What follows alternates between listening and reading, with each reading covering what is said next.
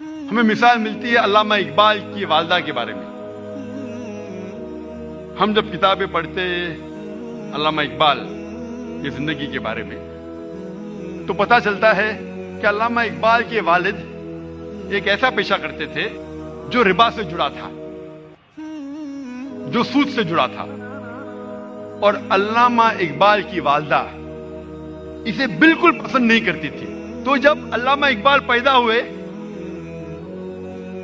علامہ اقبال کی والدہ نے اپنے چھاتی کا دودھ، اپنا دودھ اپنے بیٹے کو نہیں پلایا.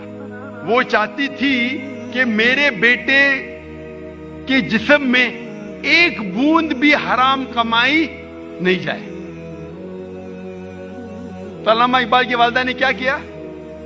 اپنے زیورات بیچے جو خود کے تھے، الحمدللہ حلال کمائی کے تھے. زیورات کو بیچ کے ایک بکری خریدی اور اس بکری کے دودھ سے پرورش کی علامہ اقبال کی. اور اللہ نے پھر ان کے شوہر کو ہدایت دی اور وہ بھی سیدھے راستے پہ آ گئے. اور پھر اللہ نے ایسا شخص، علامہ اقبال جیسا شخص بنایا. ایسی کئی مثال ہے. اور ایک مثال ہے والدہ کی، شیخ عبد القادر جیلانی کی رحمۃ اللہ علیہ.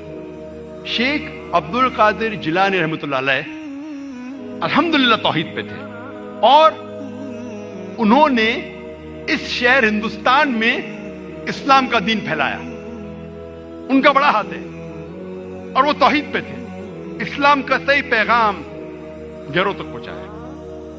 اور ان کی والدہ نے شیخ عبد القادر جیلانی رحمۃ اللہ علیہ کو سکھایا تھا کہ بیٹا تو ہمیشہ سچ بولنا، کبھی جھوٹ مت بولنا، چاہے تیرا نقصان ہو چاہے تیری جان جائے.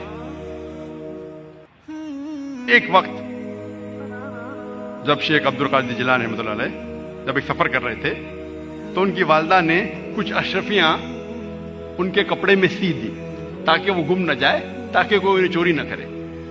جب وہ سفر پہ نکلتے ہیں تو ایک ڈاکوؤں کا گروہ انہیں پکڑ لیتا ہے، اور جب جانچ پڑتال کرنے کے بعد کچھ پیسہ نہیں ملتا ہے تو وہ ڈاکو کہتے ہیں شیخ عبد القادر جیلانی رحمۃ اللہ علیہ سے کہ تیرے پاس کچھ پیسے نے؟ انہوں نے کہا ہاں ہے، میری ماں نے میرے کپڑوں میں سی لی ہے، اور وہ جگہ دکھاتے ہیں. وہ ڈاکوؤں نے کہا کہ اگر یہ بچہ ہمیں نہیں بتاتا تو ہمیں کبھی یہ اشرفیاں نہیں ملتی ہے. وہ اتنے خوش ہوئے اس بچے کے ایمانداری سے اور پوچھا کہ تم نے ہمیں سچ کیوں کہا؟ تو اس نے کہا کہ میری ماں نے مجھے سکھایا ہے کہ کبھی جھوٹ نہیں بولنا، چاہے میری جان جائے.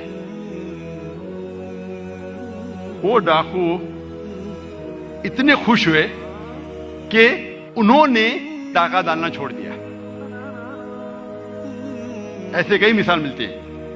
جب تاریخ پڑھتے ہیں ہمیں مثال ملتی ہے. تاریخ پڑھنے کے بعد امام شافعی رحمۃ اللہ علیہ کی والدہ وہ یمنی تھی، اور ان کے والد قریش تھے، اور بچپن میں ہی ان کے والد کا انتقال ہو جاتا ہے. تو ان کی والدہ جدوجہد کرتی ہے اور امام شافعی رحمۃ اللہ علیہ کی پرورش کرتی ہے.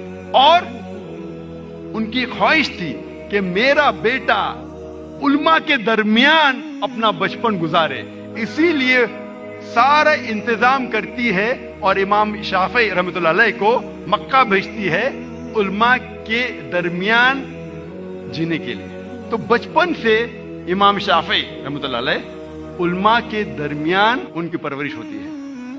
اور اللہ سبحانہ و تعالی ایسے ایک امام کو کھڑا کرتے ہیں، امام شافعی رحمۃ اللہ علیہ. قربانی تھی، پلاننگ تھی ان کی والدہ کی، مستقبل سوچا ان کے والدہ نے. میں اور ایک مثال دوں گا امام بخاری کی رحمۃ اللہ علیہ.